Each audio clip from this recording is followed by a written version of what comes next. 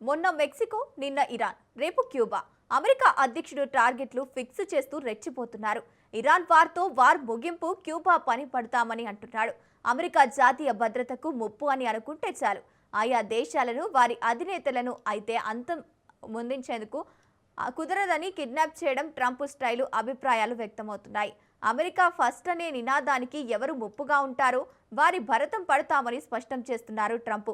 6 దశాబ్దాలుగా Cuba, America ఉద్రిక్తతలు మరోసారి తెర మీదకు తెస్తున్న ట్రంప్ ఇరాన్ వారు ముగిసిన వెంటనే మెక్సికోను తమ టార్గెట్గా ఫిక్స్ చేసుకున్నారు.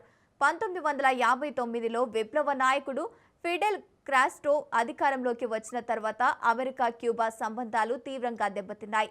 కమ్యూనిస్టు ప్రభుత్వాన్ని అంగీకరించని అమెరికా క్యూబాపై ఆర్థిక ఆంక్షలు విధించింది.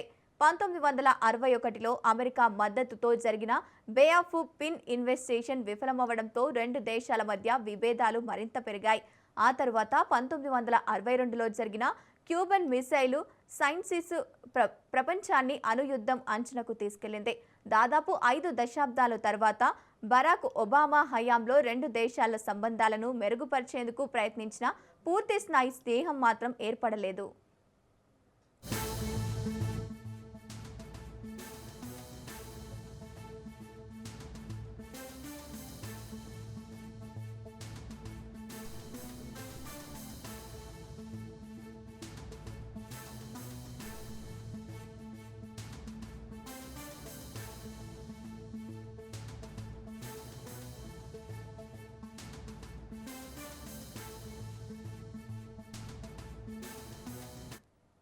ఇప్పుడు అమెరికా రాజకీయాల్లో మరోసారి క్యూబా చర్చకు వస్తోంది. అగ్ర రాజ్యాధినేత డొనాల్డ్ ట్రంప్ క్యూబాపై కఠిన వైఖరి తీసుకునే అవకాశం ఉందని వ్యాఖ్యలు వినిపిస్తున్నాయి. దీంతో అమెరికా క్యూబా సంబంధాలు మళ్లీ ఉద్రిక్త దశలోకి వెళ్లే సూచనలు కనిపిస్తున్నాయి.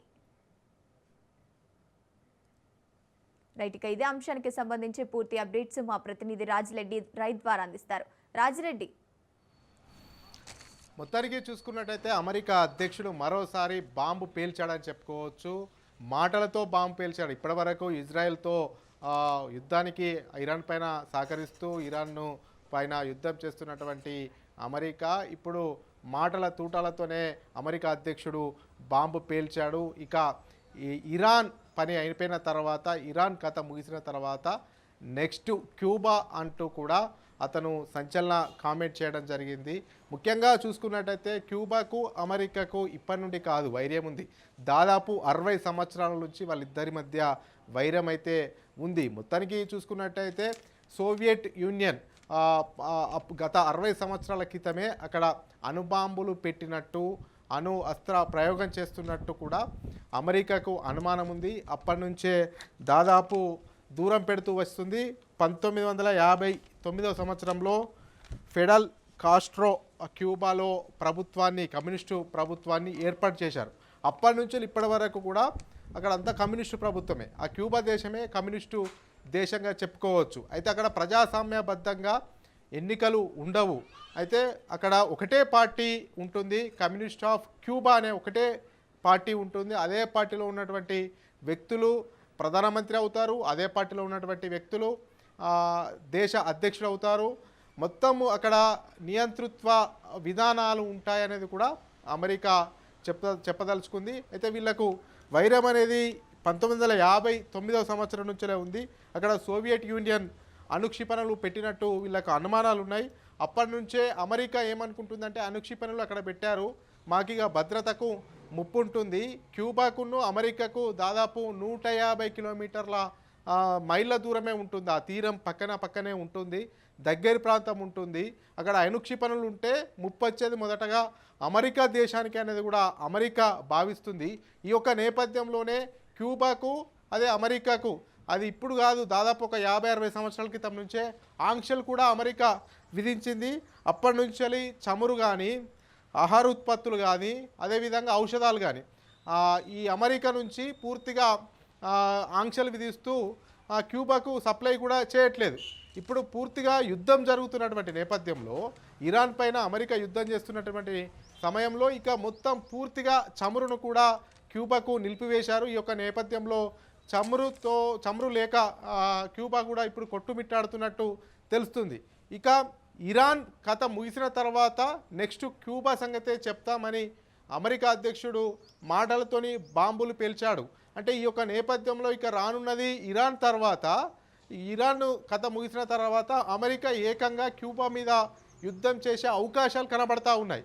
ఎందుకు అంటే ఎక్కడైతే అణుక్షిపణులు అణుబాంబులు తయారు చేస్తారో ఆ దేశం పైన వ్యతిరేకంగా అమెరికా ఉంటుంది. అందులో భాగంగా ఇప్పుడు ఇరాన్ పైన కూడా దాడి చేయడానికి ఇజ్రాయెల్కు సపోర్ట్ చేయడానికి కారణం కూడా క్షిపణులు అణుబాంబులు అక్కడ తయారు చేస్తున్నారని అనుమానమే. అయితే ఏకంగా అమెరికాకు పక్కపంటున్నటువంటి దేశమే క్యూబాలో అణుక్షిపణులు సోవియట్ యూనియన్ పెట్టినట్టు కూడా అనుమానాలు ఉన్నాయి. కాబట్టి అప్పటి నుంచి అలా ఆంక్షలు పెట్టుకుంటూ వస్తుంది. ఇక పనిలో పనిగా ఇరాన్ సంగతి చెప్పినాం కాబట్టి ఇక క్యూబా సంగతి కూడా చెప్పాలనే ఉద్దేశంతో అమెరికా అధ్యక్షుడు ఈ రకంగా బాంబులు పేల్చాడు అని తెలుస్తుంది. అందులో భాగంగానే ఇక అమెరికా అధ్యక్షుడు డొనాల్డ్ ట్రంప్ ఒకసారి ఏదైనా నిర్ణయం తీసుకుంటే బ్లైండ్గా వెళ్ళిపోతాడు అనేది కూడా ఒక ప్రపంచవ్యాప్తంగా చర్చ ఉంది. కాబట్టి ఇప్పుడు ఇరాన్ తర్వాత ఇక క్యూబా పైన యుద్ధం చేసే అవకాశాలు అయితే కనబడుతున్నాయని కూడా స్పష్టమవుతుంది. అయితే దీనికి 3 కారణాలు ముఖ్యంగా చెప్పుకోవచ్చు. ఒకటి, ఎప్పుడు కూడా అక్కడ క్యూబాలో కమ్యూనిస్టు ప్రభుత్వం ఉండడం వల్ల అక్కడ వేరే ప్రతిపక్ష పార్టీలు ఉన్నాయి, ప్రతిపక్ష గొంతుకలు ఉన్నాయి, వాళ్ళు చెప్పినట్టే నడవాలి అనేది ఒక విధానం. అయితే కమ్యూనిస్టు ప్రభుత్వానికి వ్యతిరేకంగా ప్రజాస్వామ్య ప్రభుత్వం ఏర్పాటు చేయాలనేది కూడా అమెరికా తాపత్రయం. ఈ యొక్క నేపథ్యంలోనే ఇక్కడ వాళ్లకు అంతరం పెరుగుతుంది. అదేవిధంగా అమెరికాలో క్యూబా ఓటర్లు ఉంటారు. క్యూబా ఓటర్లు ఎక్కడ ఉంటారు? అమెరికాలో ఉన్నటువంటి ఫ్లోరిడా రాష్ట్రంలో పెద్ద ఎత్తున క్యూబాకు సంబంధించినటువంటి ఓటర్లు ఉంటారు. ఆ ఓటర్లు కూడా ఈ యొక్క కమ్యూనిస్టు సిద్ధాంతాలకు, ఈ కమ్యూనిస్టు విధానాలకు వాళ్ళు వ్యతిరేకం. కాబట్టి ప్రజాస్వామ్య దేశం కావాలని అమెరికాలో నివసిస్తున్నటువంటి క్యూబా ఓటర్లు కోరుకుంటున్నారు. కాబట్టి వాళ్ళ ఆంక్ష నెరవేర్చడం కూడా తమ ధర్మంగా ఈ యొక్క అమెరికా భావిస్తున్నట్లు అర్థమవుతుంది. ఇంకొకటి ఏంటి అంటే రష్యా చైనా ఈ యొక్క క్యూబాను అడ్డం పెట్టుకొని వాళ్ళపైన విరుచుకపడవచ్చు. అక్కడ అణు ఆయుధాలు ఉన్నాయి కాబట్టి భద్రతకు ముప్పు రావచ్చు అనేది కూడా అమెరికా భావిస్తున్నటువంటి నేపథ్యంలో అక్కడ పూర్తిగా ఇక క్యూబాలో అమెరికాకు దగ్గరగా ఉంటుంది. కాబట్టి క్యూబా నుంచి అటాక్ చేస్తే అమెరికాకు భద్రతకు ముప్పు వస్తుంది అనేది అగ్రరాజ్యం భావించింది. ఈ యొక్క నేపథ్యంలోనే ట్రంప్ బాంబు పేల్చే వార్తను చెప్పాడని చెప్పుకోవచ్చు. మొత్తానికి అణుక్షిపణులు అణుబాంబులు ఎక్కడ ఉన్నా కానీ ఆ దేశం పైన దాడులు చేస్తాం, ఆ దేశం పైన యుద్ధం చేస్తామని అమెరికా అధ్యక్షుడు చెప్పకనే చెప్పారు. ఇక ఇరాన్ టార్గెట్ ముగిసిన తర్వాత నెక్స్ట్ టార్గెట్ పెట్టబోయేది క్యూబా దేశం అనే అర్థం చేసుకోవచ్చు. Right, thank you Rajireddy.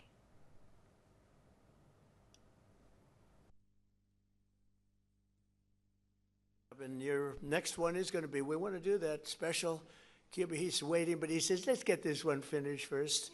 We could do them all at the same time, but bad things happen. If you watch countries over the years, you do them all too fast, bad things happen. We're not going to let anything bad happen to this country.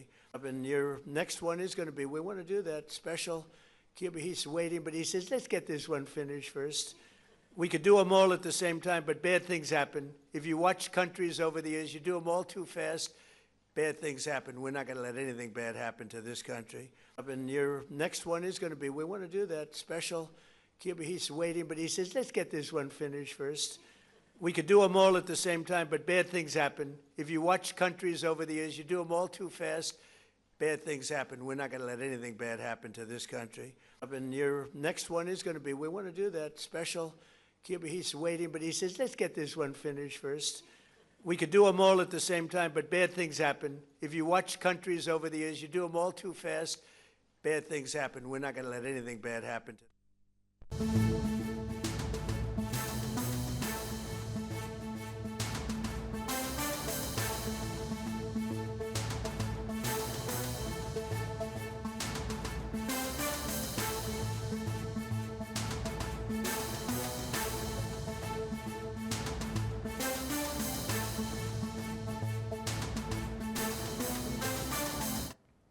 Breaking news చూస్తున్నాం. Cricket betting లో ఓడిన ఓ వ్యక్తి ఆత్మహత్య చేసుకున్న ఘటన స్థానికంగా కలకలం రేపింది.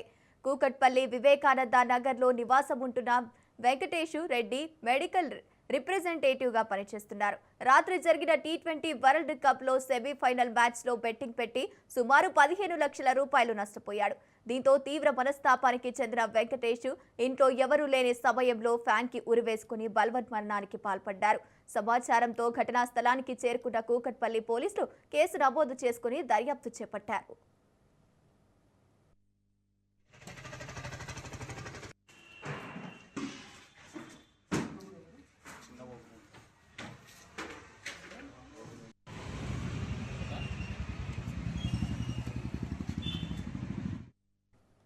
క్రికెట్ బెట్టింగ్లో ఓడిన ఓ వ్యక్తి ఆత్మహత్య చేసుకున్న ఘటన స్థానికంగా కలకలం రేపింది. కూకట్పల్లి వివేకానంద నగర్లో నివాసం ఉంటున్న వెంకటేశ్వర్ రెడ్డి మెడికల్ రిప్రజెంటేటివ్గా పనిచేస్తున్నాడు. రాత్రి జరిగిన టీ20 వరల్డ్ కప్ సెమీఫైనల్లో మ్యాచ్లో బెట్టింగ్ పెట్టి సుమారు 15 లక్షల రూపాయలు నష్టపోయాడు. దీంతో తీవ్ర మనస్తాపానికి చెందిన వెంకటేష్ ఇంట్లో ఎవరూ లేని సమయంలో ఫ్యాన్కి ఉరివేసుకుని బలవన్మరణానికి పాల్పడ్డారు. సమాచారం అందుకున్న పోలీసులు ఘటనా స్థలానికి చేరుకుని కేసు నమోదు చేసి దర్యాప్తు చేపట్టారు. రైట్, ఇదే అంశానికి సంబంధించి పూర్తి డీటెయిల్స్ మా ప్రతినిధి పవన్ అందిస్తారు. పవన్, నిన్న జరిగిన టీ20 మ్యాచ్ లో ఇండియా ఇంగ్లాండ్ బెట్టింగ్ లో 15 లక్షలు పోగొట్టుకున్న ఒక వ్యక్తి ఆత్మహత్య కూడా పాల్పడ్డాడు. అయితే ఇందులో ఇంగ్లాండ్ పై 15 లక్షల రూపాయలు బెట్టింగ్ పెట్టి ఓడిపోవడంతో మనస్తాపానికి గురైన వెంకటేశ్వర రెడ్డి ఇంట్లో ఎవరు లేని సమయంలో ఫ్యాన్ కి ఉరేసుకొని చనిపోయారు. ఇతనికి ఒక కూతురు కూడా ఉంది. అంతేకాకుండా ఇతను మెడికల్ రిప్రజెంటేటివ్ గా పనిచేస్తున్నారు. అయితే క్రికెట్ బెట్టింగ్ లో తరచూ ఇతను బెట్టింగ్ కి పాల్పడేవాడన్నట్టుగా దీనికి సంబంధించి పోలీసులు గుర్తించారు. అయితే మొత్తానికి 15 లక్షల రూపాయలు ఒకేసారి పొడగొట్టుకోవడము తీవ్ర మనస్తాపానికి గురై దీనికి సంబంధించి అతను ఆత్మహత్య చేసుకున్నట్లుగా ఇటు పోలీసులు గుర్తించారు. అయితే డబ్బులు ఎక్కడ దీనికి సంబంధించిన యాప్ లో పెట్టాడు, అంతేకాకుండా ఎన్ని రోజుల నుంచి ఒక బెట్టింగ్ కు పాల్పడుతున్నారని దానిపైన కూడా కుటుంబ సభ్యులను పోలీసులు విచారణ కొనసాగిస్తున్నారు. మొత్తానికి కుకట్పల్లి పోలీసులు కేసును కూడా దర్యాప్తు చేస్తున్నారు. మరోవైపు వెంకటేశ్వర రెడ్డికి సంబంధించిన బ్యాంకు ట్రాన్సాక్షన్ కావచ్చు, ఇతర సంబంధించిన దానిపైన ఆరా తీస్తున్నామని చెప్పి ప్రధానంగా చెప్తున్నారు. అయితే క్రికెట్ బెట్టింగ్ పాల్పడొద్దని చెప్పి చాలా సార్లు పోలీసులు అనేక సార్లు చెప్పినా కానీ ఒక బెట్టింగ్ సంబంధించిన భూతానికి పాల్పడే చాలా మంది కూడా ప్రాణాలు కోల్పోతున్నారు. ఇలాంటి బెట్టింగ్ కు పాల్పడొద్దు అనేది మాత్రం ప్రధానంగా దీనికి సంబంధించి పోలీసులు కూడా చెప్తున్న పరిస్థితి కూడా కనిపిస్తుంది. Right, thank you Praveen.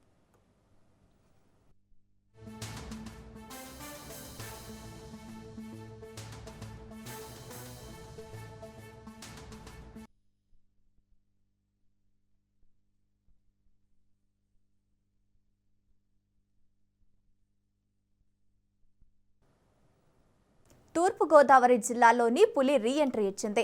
Gokavaram మండలం మల్లవరం అటవీ ప్రాంతంలో పులి అడుగుజాడలు అటవీశాఖ అధికారులు గుర్తించారు.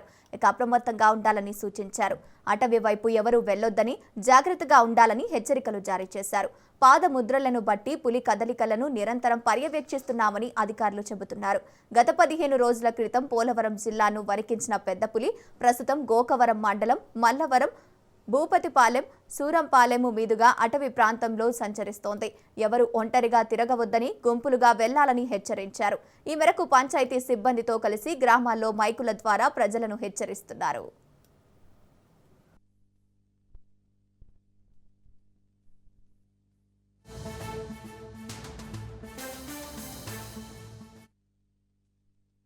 మల్లవరం గ్రామస్తులకు హెచ్చరిక. అటవీ శాఖ వారి నివేదిక ప్రకారం ట్యాంకుబేడు ప్రాంతంలో మల్లవరం పరిసర ప్రాంతాలలో పులి సంచరించుతున్నది. కావున ప్రజలు అప్రమత్తంగా ఉండవలెను. ఒంటరిగా తిరగరాదు. గుంపులుగా మాత్రమే గ్రామంలో, గ్రామ పరిసర ప్రాంతాల్లో తిరగవలెను. ఇట్లు గ్రామ పంచాయతీ మల్లవరం. మల్లవరం గ్రామస్తులకు హెచ్చరిక. అటవీ శాఖ వారి నివేదిక ప్రకారం ట్యాంకుబేడు ప్రాంతంలో మల్లవరం పరిసర ప్రాంతాలలో పులి సంచరించుతున్నది. కావున ప్రజలు అప్రమత్తంగా ఉండవలెను. ఒంటరిగా తిరగరాదు. గుంపులుగా మాత్రమే గ్రామంలో, గ్రామ పరిసర ప్రాంతాల్లో తిరగవలెను. ఇట్లు గ్రామ పంచాయతీ. తూర్పుగోదావరి జిల్లాలోకి పులి రీ-ఎంట్రీ ఇచ్చింది. గోకవరం మండలం మల్లవరం అటవీ ప్రాంతంలో పులి అడుగుజాడలు అటవీశాఖ అధికారులు గుర్తించి అప్రమత్తమయ్యారు. అడవి వైపు ఎవరూ వెళ్లొద్దని, జాగ్రత్తగా ఉండాలని హెచ్చరికలు జారీ చేశారు. పాదముద్రలను బట్టి పులి కదలికలను నిరంతరం పర్యవేక్షిస్తున్నామని అధికారులు చెబుతున్నారు. గత 15 రోజుల క్రితం పోలవరం జిల్లాను వణికించిన పెద్ద పులి ప్రస్తుతం గోకవరం మండలం మల్లవరం, భూపతిపాలెం, సూరంపాలెం మీదుగా అటవీ ప్రాంతంలో సంచరిస్తోంది. ఎవరూ ఒంటరిగా తిరగవద్దని, గుంపులుగానే వెళ్లాలని హెచ్చరించారు.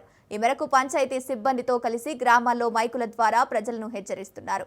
రైట్, ఇదే అంశానికి సంబంధించి పూర్తి అప్డేట్స్ మా ప్రతినిధి ప్రతాప్ అందిస్తారు. ప్రతాప్. గంగోత్రి తూర్పుగోదావరి జిల్లాలో పులి రీఎంట్రీ ఇచ్చింది. గోకవరం మండలం మల్లవరం అటవీ ప్రాంతంలో పులి అడుగుజాడలను అటవీ శాఖ అధికారులు గుర్తించి అప్రమత్తమయ్యారు. అడవి వైపు ఎవరు వెళ్లవద్దని, జాగ్రత్తగా ఉండాలని హెచ్చరికలు జారీ చేశారు. పులి పాదముద్రను బట్టి పులి కదలికలను నిరంతరం పర్యవేక్షిస్తున్నామని అధికారులు చెబుతున్నారు.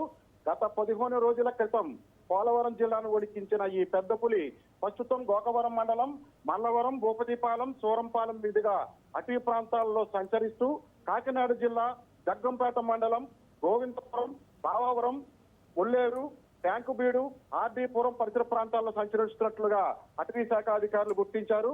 ఎవరూ ఒంటరిగా తిరగద్దని, గుంపులుగానే వెళ్లాలని హెచ్చరిస్తున్నారు. ఈ మేరకు అన్ని పంచాయతీల్లో సిబ్బందితో కలిసి గ్రామాలలో మైకుల ద్వారా చాటింపులు వేస్తూ ప్రజలకు హెచ్చరికలు జారీ చేస్తున్నారు. ఏలూరు రిజర్వాయర్లో పులికొండ ప్రాంతంలో పెద్ద పులి కదలికలు ప్రత్యేకమైన బృందాలతో ట్రాక్ చేస్తున్నామని అటవీ శాఖ అధికారులు చెబుతున్నారు. మరోసారి పెద్ద పులిని బంధించేందుకు అటవీ శాఖ అధికారులు సర్వం సిద్ధం చేశారు. పెద్ద పులిని బంధించేందుకు 3 బోర్లను ఇప్పటికే ఏర్పాటు చేశారు. GPS రేడియో కాలర్ ఉన్న ఈ పెద్ద పులి జాడలను సిగ్నల్ లేకపోవడం వల్ల ప్రస్తుతం ఈ పొద్దు పులి ఎక్కడ ఉన్నది అనే సమాచారం అటవీ శాఖ అధికారులకు అందడం లేదు. కుక్కలు తరమడంతో ఈ పెద్ద పులి ఎదురు పొదల్లోకి దూరినట్లుగా పుకార్లు అయితే ఇక్కడ వినిపిస్తున్నాయి. ఈ పెద్ద పులిని బంధించేందుకు ఇప్పటికే శ్రీశైలం అటవీ ప్రాంతానికి చెందిన అటవీ శాఖ అధికారులు రంగంలోకి దిగారు. ఈ పెద్ద పులిని మరోసారి బంధించి విశాఖపట్నం ఇందిరాగాంధీ జువాజికల్ పార్క్ ను తరలించే ఆలోచనలో ఈ అధికారులు ఉన్నట్లుగా సమాచారం అందుతోంది. అయితే ఈ పెద్ద పులికి మరో 2 ఆడపులను జత చేసి వీటిని సంరక్షించేందుకు మరలా అటవీ ప్రాంతానికి పంపే యోచనలో అటవీ శాఖ ఉన్నట్లు సమాచారం అందిస్తున్నారు. Gangotri. Right, thank you Pratap.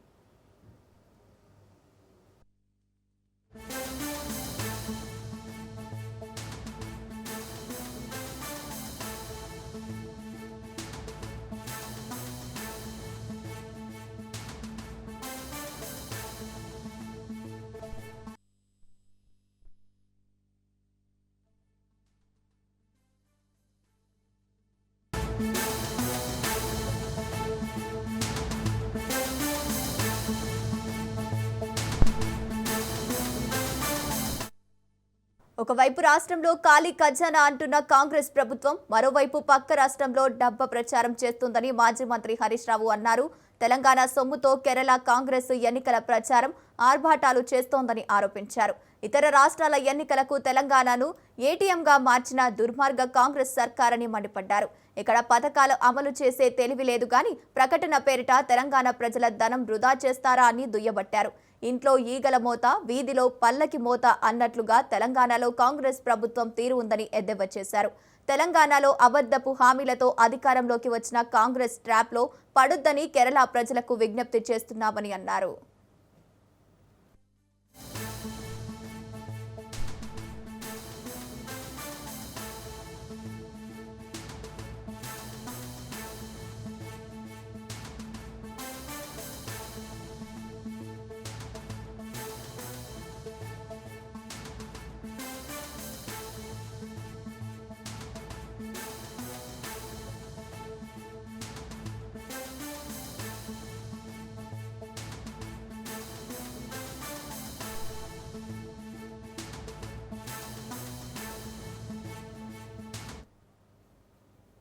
Tirumala టీటీగా ఈవోగా Muddada Ravichandra బాధ్యతలు స్వీకరించారు. గత నెల ఫిబ్రవరి 6న ఇన్ఛార్జ్ ఈవోగా బాధ్యతలు స్వీకరించిన రవిచంద్ర ప్రభుత్వ ఆదేశాల మేరకు నేడు పూర్తి స్థాయి ఈవోగా బాధ్యతలు చేపట్టారు. అనంతరం స్వామివారిని దర్శించుకున్నారు. గత నెల రోజులుగా వివిధ శాఖల అధికారులతో ఆలయ వ్యవహారాలపై చర్చించి అవగాహన పెంచుకున్నారు. సామాన్య భక్తుడిలా క్షేత్రస్థాయి పరిస్థితులను తెలుసుకునేందుకు వివిధ మార్గాల్లో స్వయంగా పరిశీలించి భక్తులకు సౌకర్యవంతమైన దర్శనం, నాణ్యమైన ప్రసాదాలు అందేలా చర్యలు తీసుకుంటామని రవిచంద్ర చెప్పారు.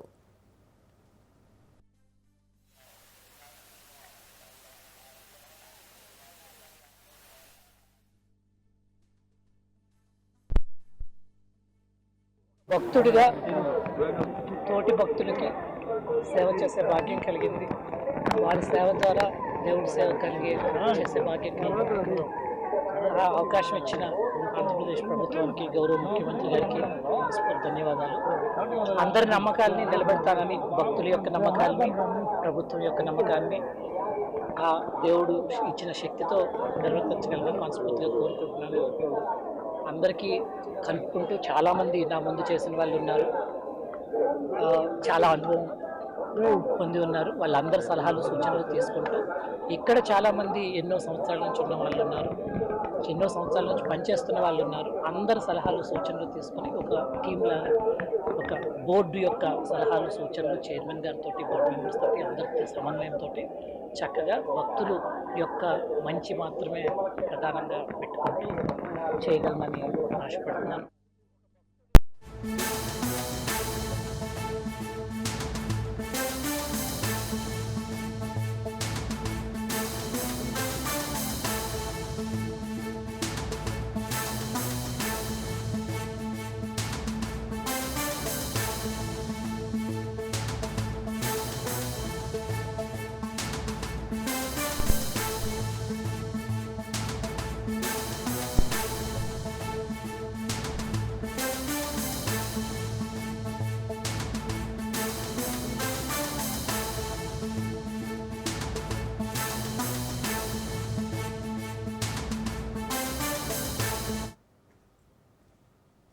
కర్ణాటక ప్రభుత్వం సంచలన నిర్ణయం తీసుకుంది.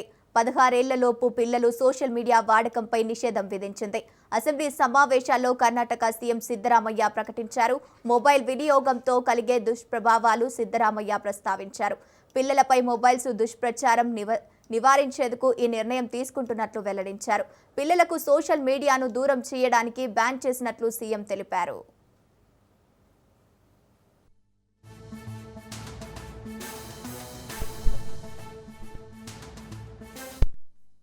కర్ణాటక ప్రభుత్వం సంచలన నిర్ణయం తీసుకుంది.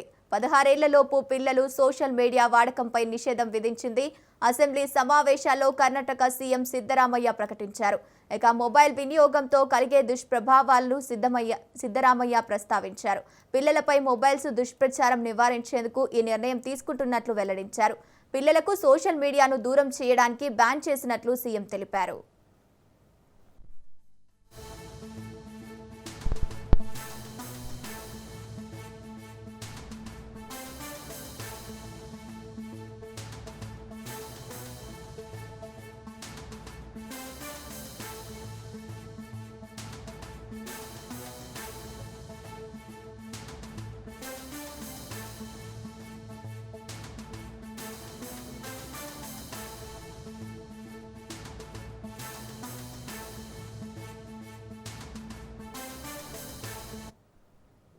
కర్ణాటక ప్రభుత్వం సంచలన నిర్ణయం తీసుకుంది.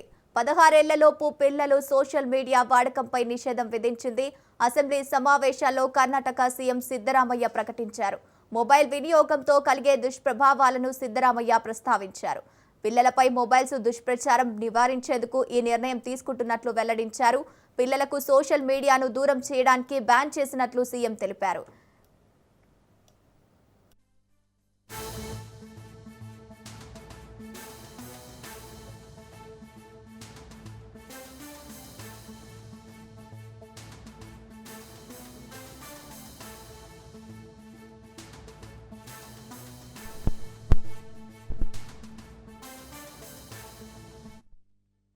ప్రస్తుతం పిల్లలు ఎక్కువ సమయం మొబైల్ ఫోన్లతో గడుపుతున్నారు. చదువు, ఆటలు, సామాజిక సంబంధాలపై కూడా దీనివల్ల ప్రతికూల ప్రభావం పడుతోందని నిపుణులు చెబుతున్నారు. సోషల్ మీడియా వల్ల పిల్లల్లో ఒత్తిడి, ఆందోళన, డిప్రెషన్ వంటి సమస్యలు పెరుగుతున్నాయని అనేక అధ్యయనాలు వెల్లడించాయి.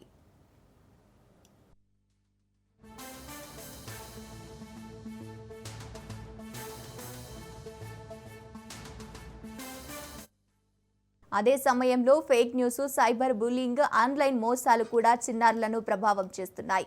ఈ నేపథ్యంలోనే పిల్లలను డిజిటల్ ప్రమాదాల నుంచి రక్షించేందుకు కర్ణాటక ప్రభుత్వం ఈ కీలక నిర్ణయం తీసుకున్నట్లు తెలిపింది.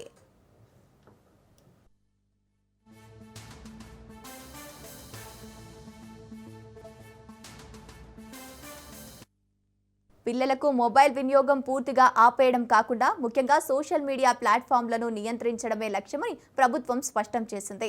కుటుంబ సభ్యులు, పాఠశాలలు కూడా పిల్లలు డిజిటల్ అలవాట్లపై ప్రత్యేక శ్రద్ధ పెట్టాలని సూచించింది.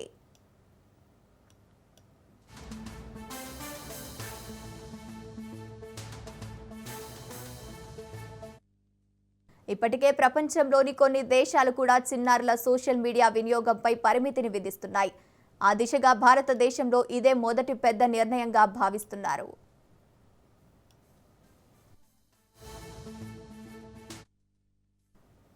మొత్తానికి డిజిటల్ యుగంలో పిల్లల భవిష్యత్తు, మానసిక ఆరోగ్యానికి కాపాడేందుకు తీసుకున్న ఈ నిర్ణయం దేశవ్యాప్తంగా చర్చనీయాంశంగా మారింది. ఇక ఈ నిర్ణయం అమలు ఎలా ఉంటుంది, ఇతర రాష్ట్రాలు కూడా ఇదే దారిన నడుస్తాయా అన్నది చూడాల్సి ఉంది. రైట్, ఇక ఇదే అంశానికి సంబంధించి పూర్తి డీటెయిల్స్ మా ప్రతినిధి పవన్ ఫోన్ ఇన్ ద్వారా అందిస్తారు. పవన్, కర్ణాటక ప్రభుత్వం కీలక నిర్ణయం కూడా తీసుకుంది. 16 ఏళ్ల లోపు పిల్లలకు సోషల్ మీడియా వాడకంపై నిషేధం కూడా ప్రకటించింది. అయితే అసెంబ్లీ సమావేశాల్లో కర్ణాటక సీఎం సిద్దిరామయ్య కూడా ఈ యొక్క ప్రకటన కూడా విడుదల చేశారు. మొత్తానికి చూస్తే మొబైల్ వినియోగంతో కలిగే దుష్ప్రభావాలను పూర్తిగా సిద్దిరామయ్య ప్రస్తావించారు. ఎందుకంటే పిల్లలపై మొబైల్ ప్రభావం పడుతుంది. ఎందుకంటే సోషల్ మీడియాలో పూర్తిగా అడిక్ట్ అవుతున్న పరిస్థితి కూడా చూస్తున్నాము. అంతేకాకుండా దీన్ని నివారిస్తే పూర్తిగా వారి భవిష్యత్తు బాగుంటుంది అనేది మాత్రం ప్రధానంగా దీనికి సంబంధించి సిద్ధరామయ్య కూడా చెప్తున్న పరిస్థితి కూడా కనిపిస్తుంది. మొత్తానికి ఓవరాల్ గా ఈ నిర్ణయం తీసుకున్న దాని పట్ల చూస్తే మాత్రము సిద్ధరామయ్య ఈ రోజు అసెంబ్లీ సమావేశాలు కూడా తెలిపారు. ఎందుకంటే పిల్లలు సోషల్ మీడియాకు దూరంగా ఉంటే వారి భవిష్యత్తు పూర్తిగా దీనికి సంబంధించి తీర్చిదిద్దే అవకాశం ఉంటుంది. ఎందుకంటే సోషల్ మీడియాలో ప్రభావం పిల్లలపైన పడుతుంది. వారి జీవితం అంధకారంలోకి నెట్టేయకుండా ఈ యొక్క సోషల్ మీడియాకు దూరంగా ఉండే విధంగా కూడా ఈ యొక్క ప్రకటన కూడా ప్రకటించారు. మొత్తానికి దీనికి సంబంధించిన నేపథ్యంలో సిద్దిరామయ్య యొక్క ప్రకటన పట్ల పిల్లలకు సంబంధించిన తల్లిదండ్రులు కూడా దీనికి చూసుకోవాలి, తల్లిదండ్రుల బాధ్యత కూడా ఉంటుందనేది మాత్రం ప్రధానంగా చెప్తున్న పరిస్థితి అనిపిస్తుంది. మొత్తానికి ఓవరాల్ గా కర్ణాటక ప్రభుత్వం యొక్క కీలక నిర్ణయం పట్ల కూడా దీనికి సంబంధించి కర్ణాటక ప్రజలు కూడా హర్షం వ్యక్తం చేస్తున్న పరిస్థితి కూడా కనిపిస్తుంది. Right, thank you Pawan.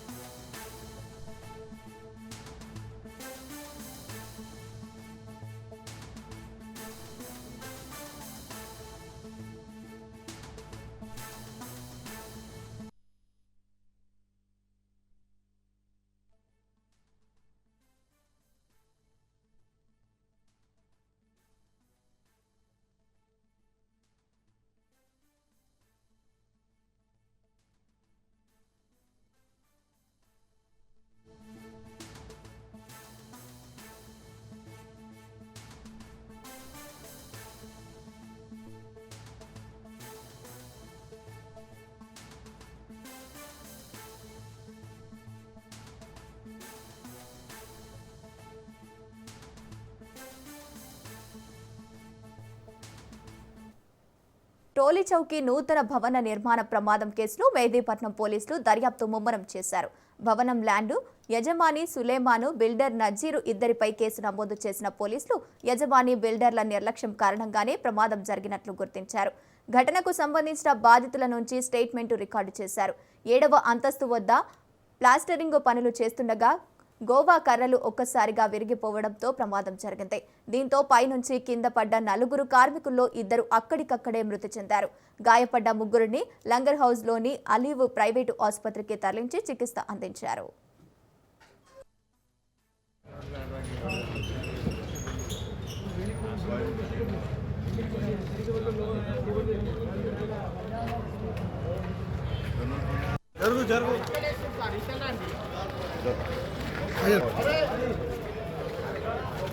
साहब उधर से बोलो ना कटा साहब